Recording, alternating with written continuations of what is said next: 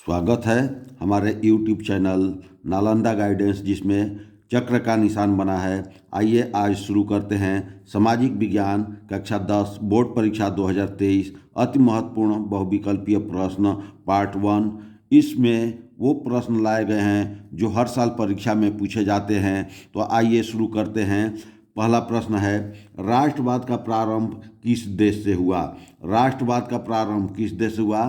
तो ये विकल्प है जर्मनी, बी है इटली, सी है फ्रांस, डी है इंग्लैंड। राष्ट्रवाद यानी वहाँ पर ये फ्रांस सही है, इसका विकल्प सी सही है, फ्रांस।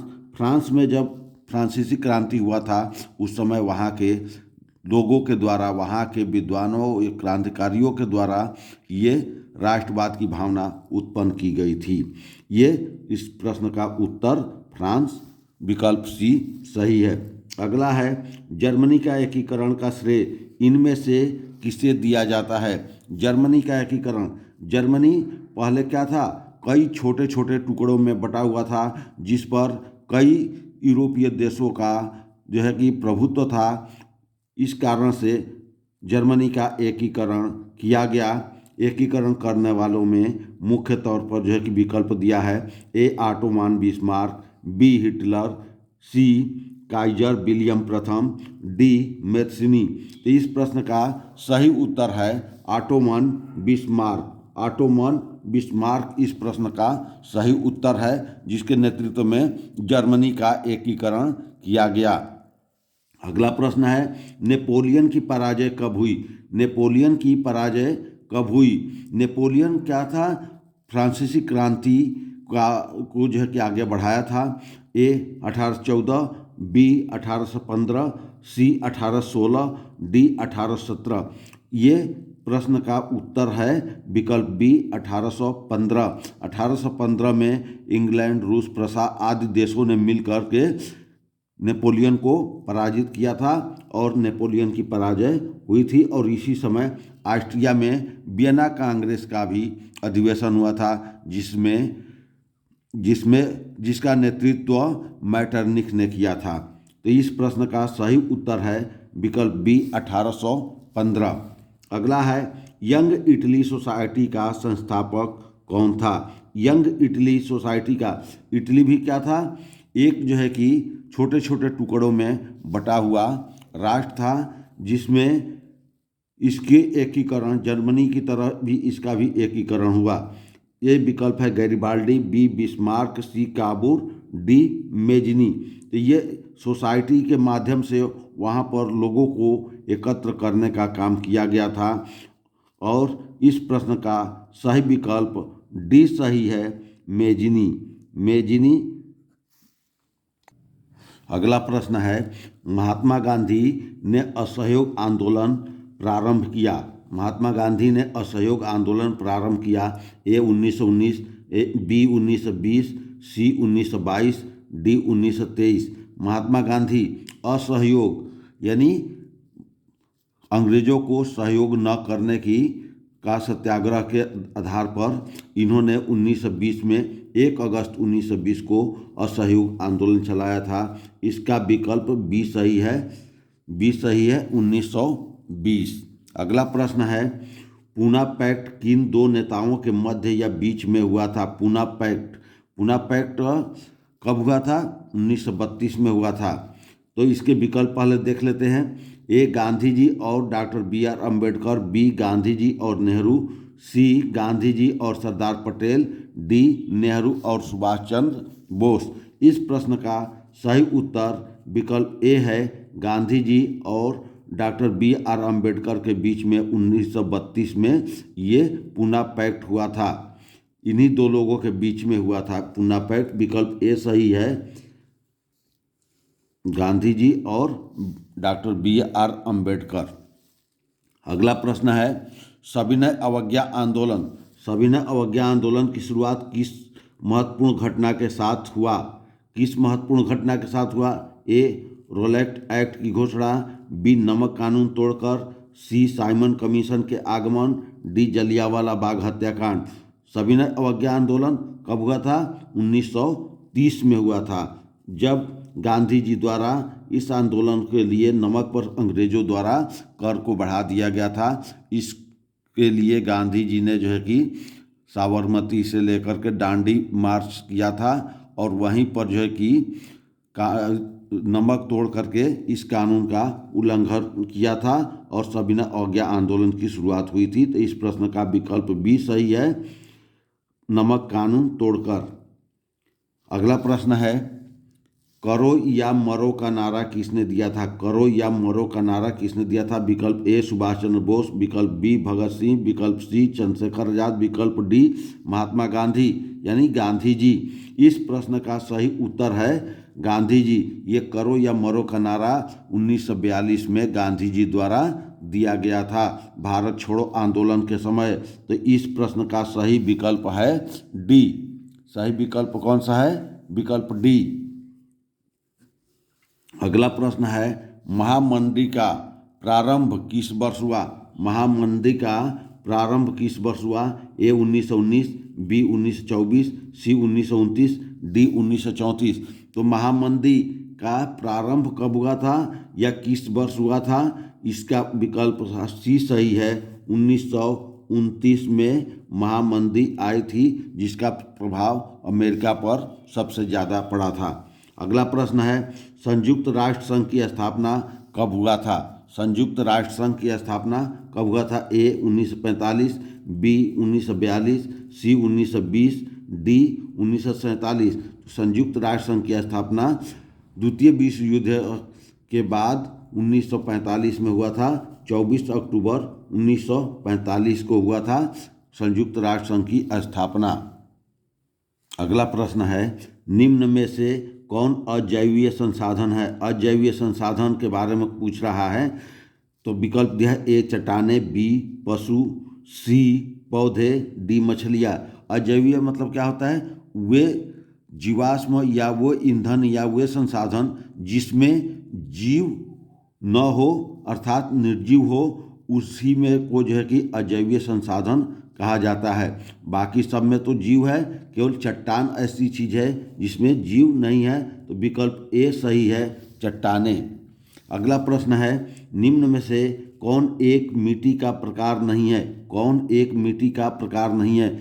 मिट्टी जितनी भी प्रकार का है विकल्प दिया है मुख्य तौर पर, ए काली, बी पीली, सी लेटराइट, डी सीमेंट। ये काली, पीली, लेटराइट ये मिट्टी के प्रकार है, लेकिन सीमेंट क्या है? मिट्टी का प्रकार नहीं है। इसलिए इस प्रश्न का सही उत्तर विकल्प डी सीमेंट होगा।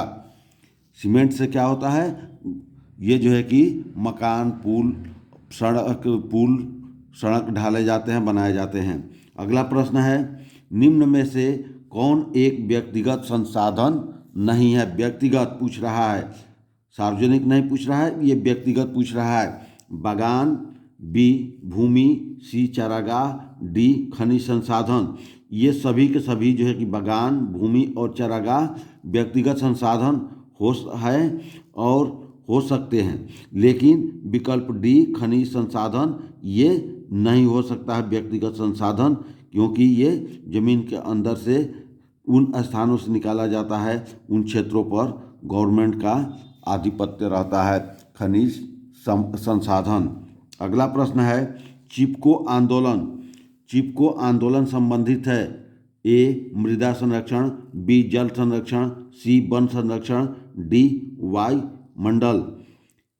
चिपको आंदोलन यानी पेड़ों से लोग चिपक जाते थे जिस कारण से वन संरक्षण हो सके, इसलिए इस प्रश्न का सही उत्तर है विकल्प सी वन संरक्षण। और चिपको आंदोलन किससे संबंधित है? सुंदरलाल बहुगुणा इसे शुरुआत किए थे। तो इस प्रश्न का सही विकल्प सी है वन संरक्षण। अगला प्रश्न है, सुंदरबन राष्ट्रीय पार्क किस राज्य में है? सुंदरबन राष्ट्रीय पार्क किस राज्य में है? ए असम, बी पश्चिम बंगाल, सी उड़ीसा, डी मध्य प्रदेश। इस प्रश्न का सही उत्तर है पश्चिम बंगाल। सुंदरबन पश्चिम बंगाल में स्थित है। सुंदरबन डेल्टा भी है, ये भी पश्चिम बंगाल में है। तो इस प्रश्न का उत्तर विकल्प बी पश्चिम बंगाल है। अगला प्रश्न है, भारत में भारत में सबसे पहले वन एवं वन्य संरक्षण अधिनियम किस वर्ष पारित या लागू किया गया? भारत में ए 1970, बी 1972, सी 1983, डी 1990। इस प्रश्न का सही उत्तर है विकल्प बी 1972 में वन्य जीव संरक्षण संबंधित अधिनियम पारित या लागू किया गया। अगला कह रहा है टिहरी बांध, टिहर लिख गया है सॉरी, ये टिहरी बांध परियोजना किस राज्य में स्थित है? टिहरी बांध परियोजना किस राज्य में स्थित है? इस प्रश्न का विकल्प है ए पंजाब, बी गुजरात, सी उत्तराखंड, डी मध्य प्रदेश। टिहरी बांध किस राज्य में है? ये उत्तराखंड में स्थित है। तो इस प्रश्न का सही उत्तर विकल्प सी उत्तराखंड है। अगला प्रश्न है निम्नलिखित में से कौन रेशेदार फसल है? निम्नलिखित में से कौन रेशेदार फसल है? ए जूट, बी जौ, सी कॉफी, डी रबड़। इन में जो है कि जिसमें रेशे निकलते हो उस फसल के बारे में पूछ रहा है। तो इसका विकल्प ए सही है जूट। जूट सबसे अधिक कहाँ पाया जाता है? तो जूट पश्चिम बंगाल में सबसे अधिक उत्पादन होता है। अगला प्रश्न है निम्नलिखित में से कौन सी रोपण फसल है? रोपण यानी पहले बीज लगाया जाता है, उसके बाद वहाँ से उखाड़ करके इसको दूसरे जगह रोपित किया जाता है। विकल्प ए गेहूँ, विकल्प बी गन्ना, सी चना, डी मूंगफली। इस प्रश्न का सही उत्तर है विकल्प बी गन्ना। गन्ना जो है कि रोपण फसल है। अगला प्रश्न है निम्नलिखित में से कौन गैर परंपरागत ऊर्जा के स्रोत है? गैर परंपरागत ऊर्जा के स्रोत पूछ रहा है, परंपरागत नहीं।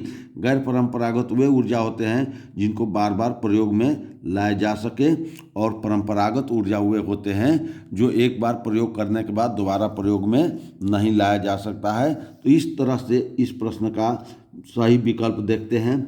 ए कोयला, बी पेट्रोलियम, सी सौर ऊर्जा, डी प्राकृतिक गैस।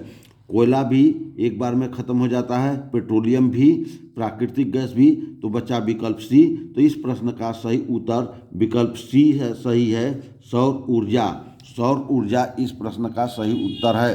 अगला प्रश्न है निम्नलिखित में से कौन सा खनिज आधारभूत है? आधारभूत यानी बेसिक जो है कि हमारी जो है कि आवश्यकता होती है वो क्या चीज़ है? विकल्प देखते हैं ए मैग्नीज, बी लौह, सी अभ्रक, डी तांबा। तो हमारा हर काम लोहे के बगैर नहीं हो सकता है, इसलिए इस प्रश्न का सही उत्तर विकल्प बी लौह अयस्क होगा। लौह अयस्क होगा, आधारभूत खनिज है। क्या है? लौह अयस्क। अगला है इनमें से कौन सा पत्तन पूर्वी तट पर है? कौन सा पत्तन पूर्वी तट पर है जो अंतःस्थलीय तथा अधिकतम गहराई का पत्तन है तथा पूर्ण सुरक्षित है? यानी ये एक ही पतन की विशेषता के बारे में बता रहा है कि वह पतन का नाम बताया है जो पूर्वी तट पर भी स्थित हो, अंतःस्थलीय हो और अधिकतम गहराई हो तथा पूर्ण रूप से सुरक्षित हो। ऐसे पतन के बारे में ये पूछ रहा है। तो विकल्प ए कह रहा है चेन्नई, बी विकल्प तूतीकोरिन, सी पारादीप, डी विशाखापट्टनम। इस प्रश्न का सही उत्तर है डी विशाखापट्टनम। विशाखापट्टनम इस प्रश्न का सही उत्तर है। अगला प्रश्न है भारत में वायु परिवहन का राष्ट्रीयकरण कब किया गया? भारत में वायु परिवहन का राष्ट्रीयकरण कब किया गया? विकल्प ए 1950, बी 1953, सी 1960, डी 1998। राष्ट्रीयकरण किया गया कब? विकल्प बी 1953 में किया गया है वायु परिवहन का राष्ट्रीयकरण। अगला है बेल्जियम में किस प्रकार की सरकार है? बेल्जियम में किस प्रकार की सरकार है? ए सामूहिक सरकार, बी सामुदायिक सरकार, सी राजतंत्र, डी एकपक्षीय सरकार। सामुदायिक सरकार विकल्प बी सही है, सामुदायिक सरकार यानी एक समूह की सरकार न होकर के पूरे कई समुदाय के रूप में सरकार वहाँ पर बनाई गई है, इसलिए ये विकल्प बी सही है, सामुदायिक सरकार। अगला प्रश्न है श्रीलंका में निम्नलिखित में से कौन सा बहुसंख्यक वर्ग है? श्रीलंका में पूछ रहा कि किनकी आबादी या किनकी संख्या सबसे अधिक है, यानी बहुसंख्यक वर्ग है। ए तमिल, बी ईसाई, सी सिंहली, डी मुस्लिम। श्रीलंका में सिंहली लोग जो है कि सबसे ज़्यादा हैं, इसलिए वहाँ पर सिंहली लोगों का विकल्प सी सही है, सिंहली लोग। अगला प्रश्न है, निम्नलिखित में से कौन सा संघीय राज्य नहीं है? कौन सा संघीय राज्य नहीं है? तो इसका हम विकल्प देखते हैं। ए मणिपुर, बी अरुणाचल प्रदेश, सी हिमाचल प्रदेश, डी दिल्ली। तो इस प्रश्न का संघीय राज्य है मणिपुर, संघीय राज्य है, अरुणाचल प्रदेश भी है, हिमाचल प्रदेश है। दिल्ली क्या है? दिल्ली भारत की राजधानी है, जहाँ पर विधानसभा है और वहाँ पर जो है कि संघ शासित प्रदेश है। ये जो है कि संघीय राज्य नहीं है लेकिन संघ शासित प्रदेश है, तो इसलिए जो है कि इस प्रश्न का सही उत्तर विकल्प डी, दिल्ली। अगला प्रश्न है, निम्नलिखित में से किसमें महिलाओं के लिए आरक्षण सुनिश्चित है? महिलाओं के लिए आरक्षण सुनिश्चित है, इसके बारे में पूछ रहा है। विकल्प ए कह रहा विधानसभा, बी लोकसभा, सी पंचायती राज और डी राज्यसभा में। तो ये जो है कि महिलाओं का आरक्षण किस में किया गया है? तो पंचायती राज संस्थाओं में 1/3 महिलाओं के लिए आरक्षण दिया गया है, जो 1992 में ये अधिनियम पारित किया गया था। तो पंचायती राज संस्थाओं में क्या है? महिलाओं के लिए 1/3 सीट आरक्षित कर दिया गया है। अगला प्रश्न है, लोकतंत्र का सबसे अच्छा तरीका क्या है? लोकतंत्र का सबसे अच्छा तरीका क्या है? विकल्प ए विविधता को समाहित करना, बी समरूप समाज बनाने का प्रयास करना, सी विभिन्नता के प्रति सकारात्मक दृष्टिकोण, डी उपर्युक्त सभी। तो भारत एक लोकतांत्रिक देश है जहाँ पर विविधता पाई जाती है, समरूप समाज बनाने का भी प्रयास किया जाता है और विभिन्नता के प्रति सकारात्मक दृष्टिकोण है। तो इस तरह से इस प्रश्न का सही उत्तर विकल्प डी सही है, उपर्युक्त सभी, यानी तीनों के तीनों विकल्प सही हैं। अगला प्रश्न है, चुनौतियों से लोकतांत्रिक व्यवस्था ... होती है। चुनौतियों से लोकतांत्रिक व्यवस्था क्या होती है? ए कमजोर, बी मजबूत, सी मजबूर, डी व्यवस्थित। तो चुनौतियों से लोकतांत्रिक व्यवस्था क्या होती है? मजबूत होती है। विकल्प बी सही है, मजबूत। अगला प्रश्न है, निम्नलिखित में से किस एक देश को छोड़कर हर जगह तानाशाही पर लोकतंत्र को प्राथमिकता दी जाती है? कौन सा ऐसा देश है? तो विकल्प ए कह रहा भारत, बी नेपाल, सी पाकिस्तान, डी श्रीलंका। इस प्रश्न का सही उत्तर सी है, पाकिस्तान। पाकिस्तान में लोकतंत्र के स्थान को जो कम वरीयता दी जाती है। अगला प्रश्न है, भारत में पंचायती राज की स्थापना हुई थी। भारत में पंचायती राज की स्थापना हुई थी।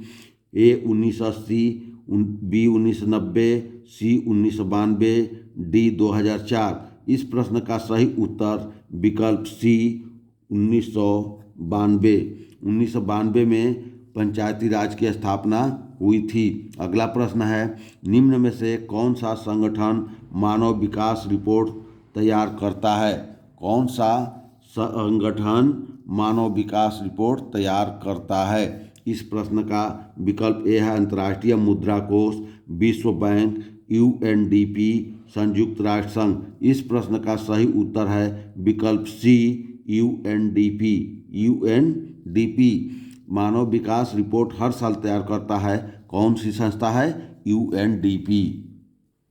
अगला प्रश्न है,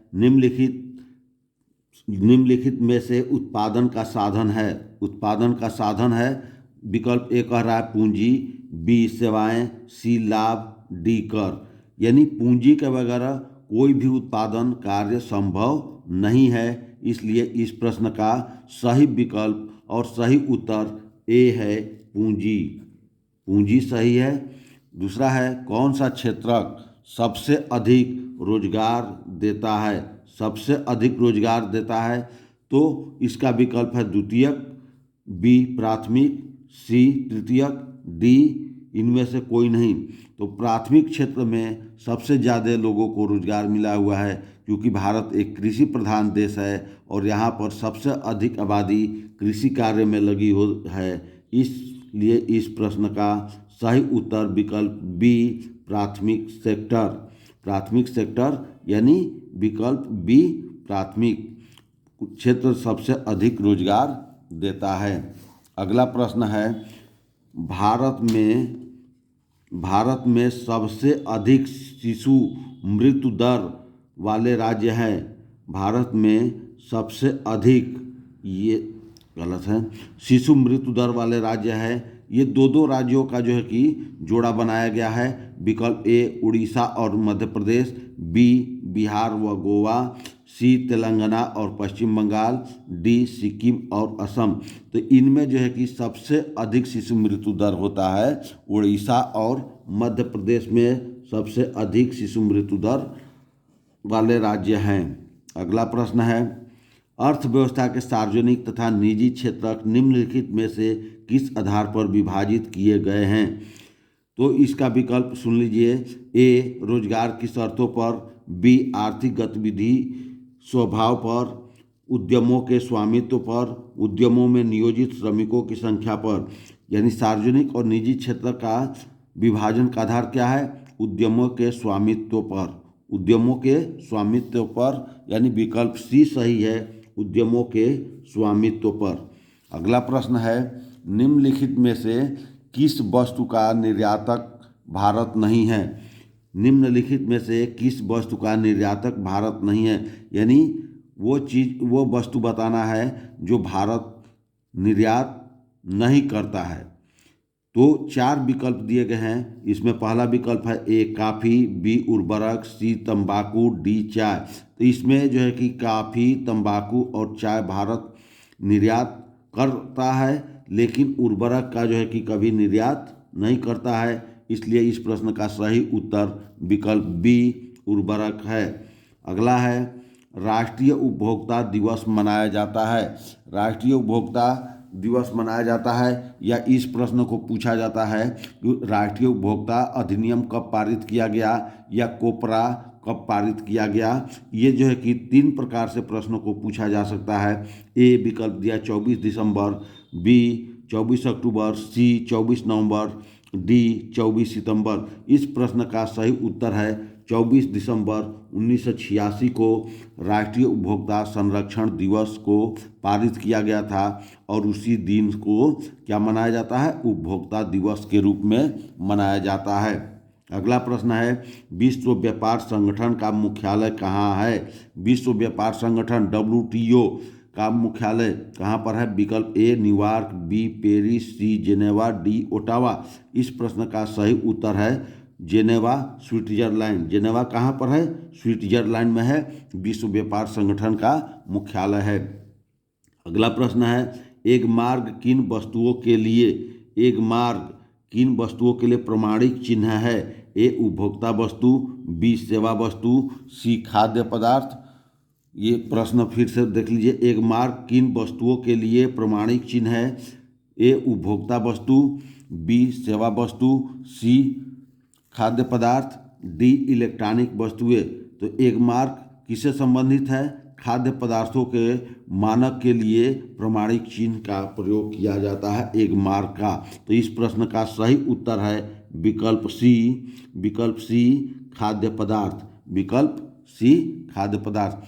तो स्टूडेंट, ये जो है कि प्रश्न काफ़ी महत्वपूर्ण है, जो परीक्षा की दृष्टि से काफ़ी महत्वपूर्ण है। इसलिए इन प्रश्नों को बार बार रिवीजन कीजिए, पढ़िए और नोट्स बना लीजिए और इसको जितना हो सके उतना रिवीजन करिए। इसका फर्स्ट पार्ट मैं दिया हूँ कि सभी पोर्शन से सामाजिक विज्ञान के कौन कौन से प्रश्न बहुत ही महत्वपूर्ण है। सेकंड पार्ट भी बहुत जल्द आएगा। इसके बाद जो है कि आप लोग इन प्रश्नों को रिवीजन कीजिए, जिससे कि आपके ऑब्जेक्टिव क्वेश्चन पूरे के पूरे सही हो सके, इसलिए इतना मेहनत किया जा रहा है। आप लोग भी इससे पढ़िए, मेहनत कीजिए, तैयार कीजिए, जिससे परीक्षा में आपका प्रश्न न छूटे और अधिक से अधिक अंक प्राप्त करें। ये जो है कि आप लोगों के लिए हमारी शुभकामनाएं हैं और आप लोगों से निवेदन है कि मेरे चैनल को सब्सक्राइब कीजिए, लाइक कीजिए, कमेंट कीजिए, शेयर कीजिए। कमेंट करेंगे उसका जो है कि आप लोगों को जवाब दिया जाएगा और आप लोगों को कमेंट पर करेंगे कि अगर कोई भी टॉपिक अगर समझ में नहीं आता है तो उससे जो है कि बताया जाएगा, समझाया जाएगा और आप लोग जो है कि अवश्य इसे जो है कि शेयर और लाइक कीजिए, सब्सक्राइब कीजिए। धन्यवाद।